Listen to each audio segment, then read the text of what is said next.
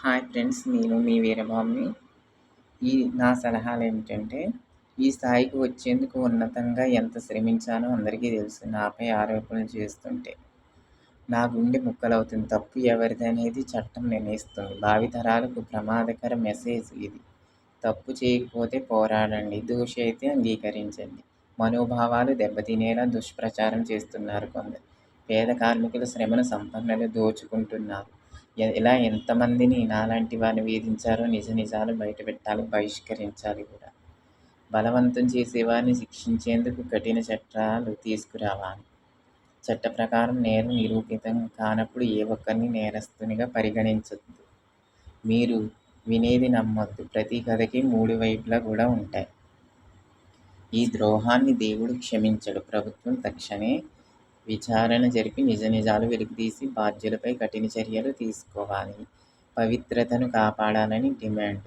అసత్య ప్రచారాలు నమ్మవద్దు. నాపై వస్తున్న ఆరోపణలు అవాస్తవం. నాపై కుట్ర జరుగుతుందని ఏదేదో అంటున్నారు.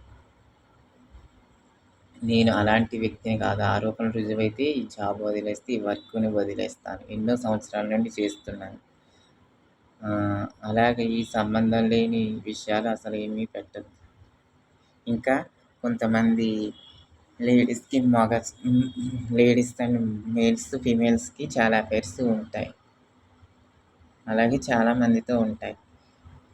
కావాలని కొంతమంది టార్గెట్ చేస్తుంటారు. దేశం కోసం ప్రాణాలు ఇచ్చిన వ్యక్తులు భారతదేశం, ఆంధ్రదేశం మనది. ఎలాంటి దేశం? క్షమాపణలు కోరండి తప్పులుంటే అన్నారు. దేవుని ఘోర తప్పు ఎవరు చేసినా ఈ పాపం అందరికీ తగులుతుంది.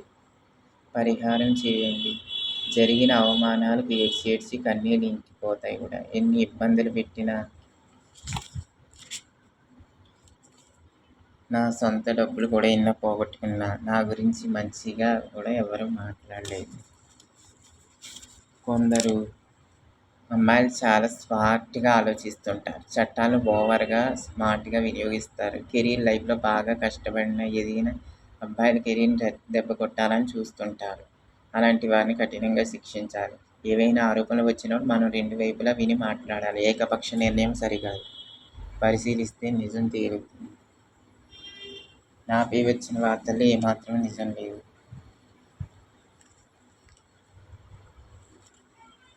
నిజం లేదు.